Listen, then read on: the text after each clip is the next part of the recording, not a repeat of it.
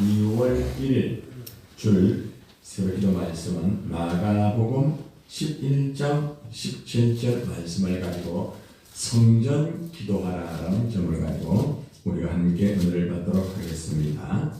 마가복음 11장 17절 말씀 우리 다 같이 합독하겠습니다. 시작. 이에 가르쳐 이르시되 기록된 바 내 집은 만민이 기도하는 집이라 칭함을 받으리라고 하지 아니하느냐. 너희는 강도의 소를 만들었도다 하시네. 아멘. 성전은 하나님께서 임재하시는 거룩한 장소다, 이렇게 해석이 되어 있습니다. 성전은 예루살렘에 위치한 예루살렘의 그 성전을 의미하고 있으며, 이 성전을 중심으로 하여서 이스라엘 백성들이 하나님과의 만남의 중심지입니다. 오늘날 성전은 사실 이 단어는 이제 교회로 바뀌었기 때문에 성전이라는 단어를 그렇게 사용은 하지 않습니다.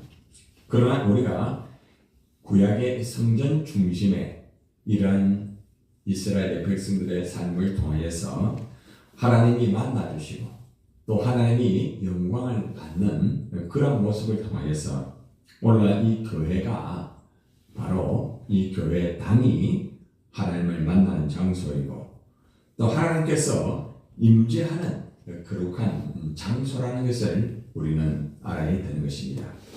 그래서 우리가 이 교회당을 우리가 관리한다든지 또 이렇게 할 때에 우리가 항상 신경을 써서 하나님이 임재하는 장소잖아요. 그죠?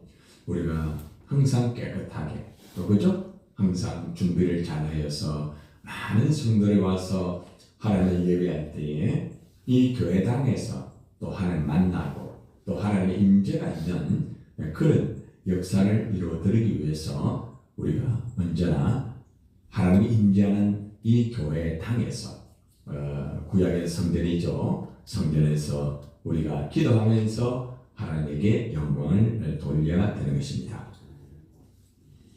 예수님께서 있잖아요. 성전에 있는 사람들에게 성전은 어떤 곳인가 이렇게 가르쳐 줍니다. 왜 예수님께서 이 성전에 있는 사람들에게 성전이 어떤 곳인가 가르칠까요? 많은 사람들이 성전에 모여가지고 당시에 나름대로 제사를 드리고 또 그곳에서 나름대로는 제사를 다했습니다. 그렇지만 그들이 알고 있는 성전 또 그들이 행하고 있는 성전 안에서의 모습은 하나님 아버지가 원하시는 그런 모습이 아니었어요. 오늘날 말하면 교회당으로서 하나님 아버지 앞에 영광이 되는 교회당이 되어야 되거든요. 그래서 우리가 이 교회당에서 어떤 모습으로서 우리가 하나님 앞에 영광을 돌리며 또 우리가 교회당에서 예배를 드릴 때나 또 우리의 모습들 또 이 교회에 오는 많은 성도들이 어떤 자세를 가지고 어떻게 살아가야 되는지 이러한 다양한 모습을 우리가 성전과 교회와 연결시켜서 우리가 살펴보아야 되는 것입니다. 오늘 가장 먼저 성전은 어떤 곳인가? 성전은 만민이 기도하는 집이다, 이렇게 말하고 있죠. 내 집은 만민이 기도하는 집이다. 교회는 만민이 기도하는 집이라는 거예요. 교회는 남녀노소 빈부귀천할 것 없이 모든 사람들이 함께 하나님 앞에 기도하는 집이에요. 교회당에 왔으면 기도해야 돼요. 그냥 교회당에 와가지고 그냥 예를 들어서 먹고 이야기하고 교제하고 그건 아니에요. 교회는 가장 먼저 모이면 기도해요. 가장 먼저. 어떤 일을 하더라도 가장 먼저 어떤 사람이 모였던 간에 같이 기도해야 되는 것이 바로 이 교회당에 왔을 때의 모습이라는 거죠. 그래서 여러분들이 교회당에 와가지고 기도 먼저 하죠. 그죠? 그죠? 기도를 먼저 하잖아요. 왜 그래요? 성전은, 교회는 만민이 기도하는 집이기 때문에 그렇습니다. 그래서 이 성전은 기도로 가득 채워져야 됩니다. 항상 우리가 모일 때마다 그죠? 기도하는 거죠. 어떤 행사를 하든 무엇을 하든 항상 기도로 시작하고 또 기도로 진행하고 기도로 마쳐야 됩니다. 굉장히 중요한 부분이에요.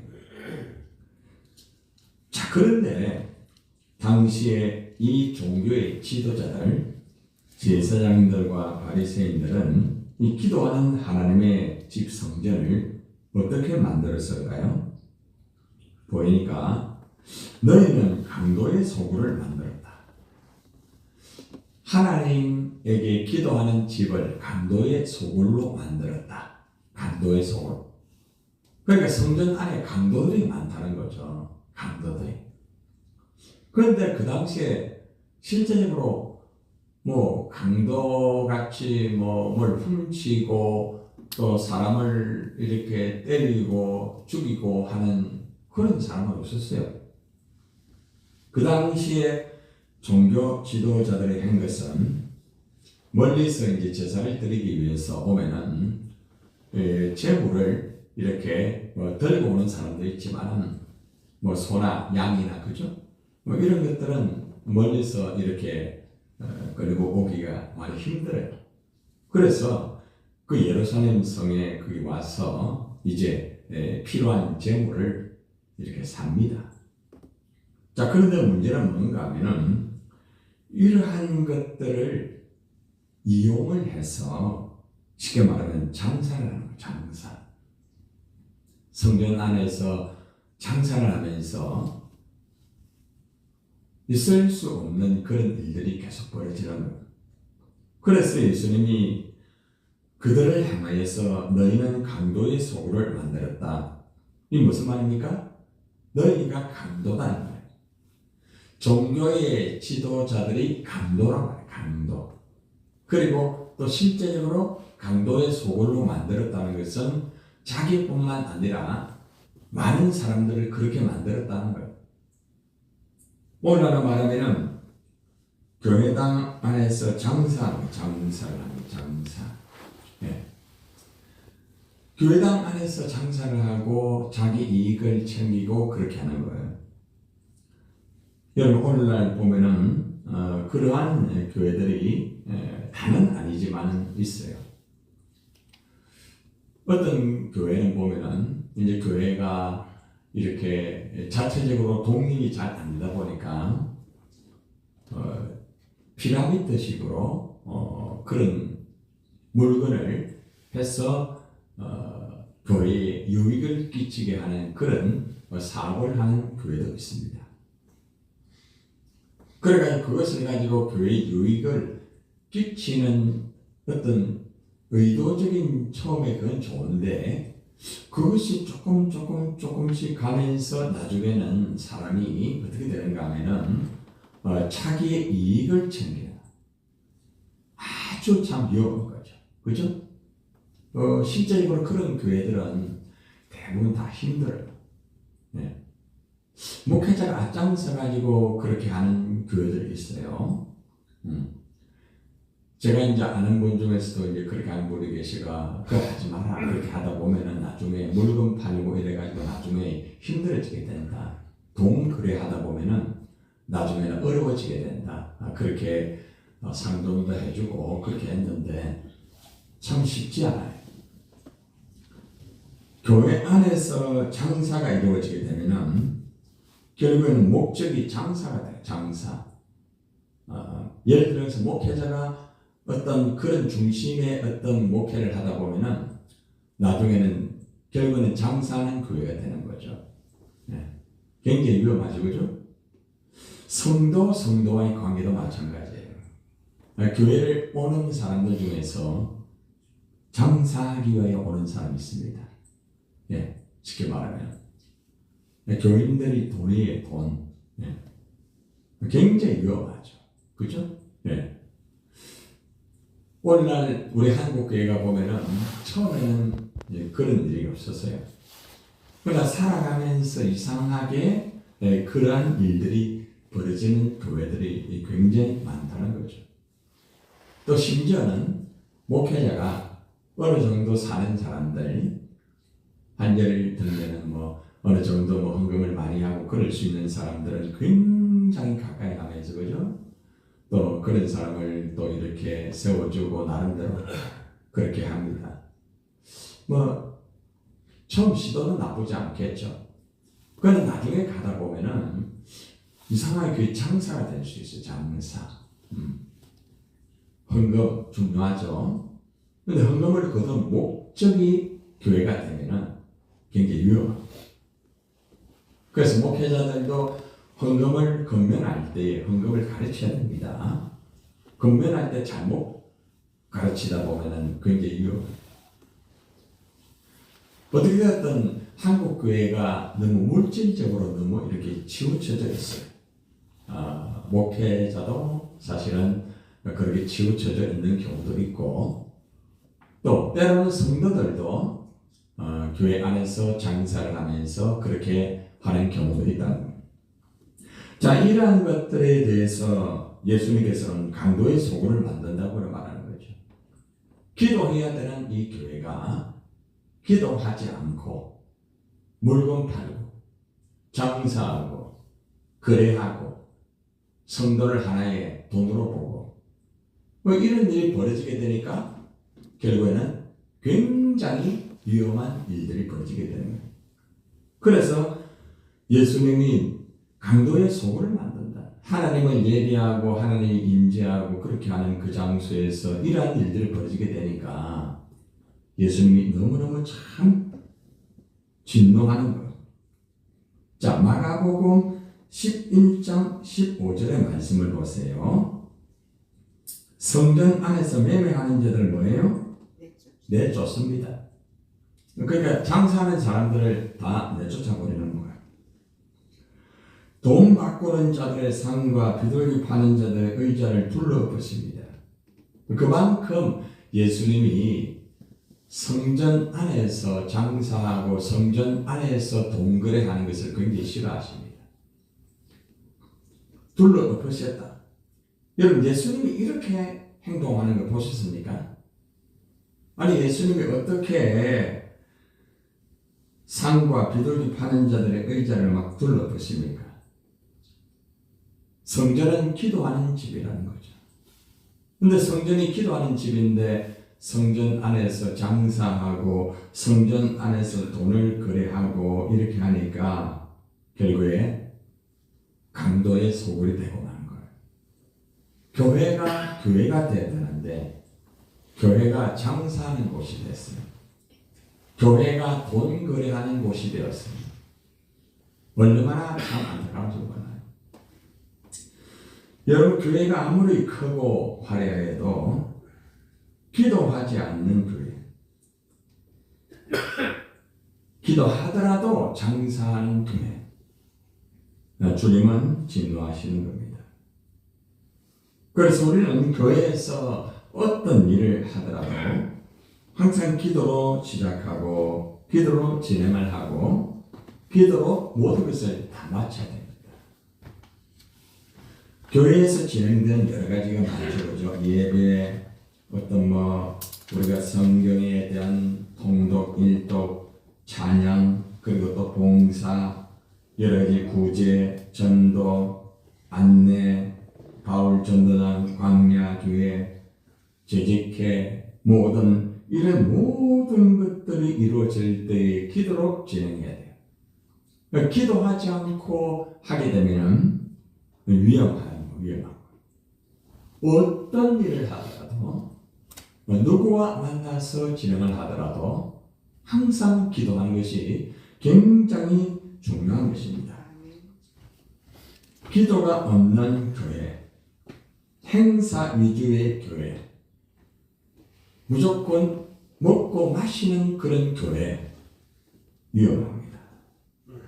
인간 중심적인 모임은 위험해요. 결국에는 주님이 싫어하시는 거예요. 여러분, 기도하지 않는 교회는 하나님의 힘으로 하잖아요.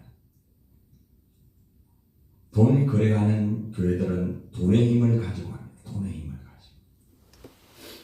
먹는 것 중심이 되는 교회는 음식 중심의 교회가 돼요. 만나서 교제하는 것 중심이 되는 교회는 교제가 힘이 되는 거예요. 교회마다 특징이 다 있어요.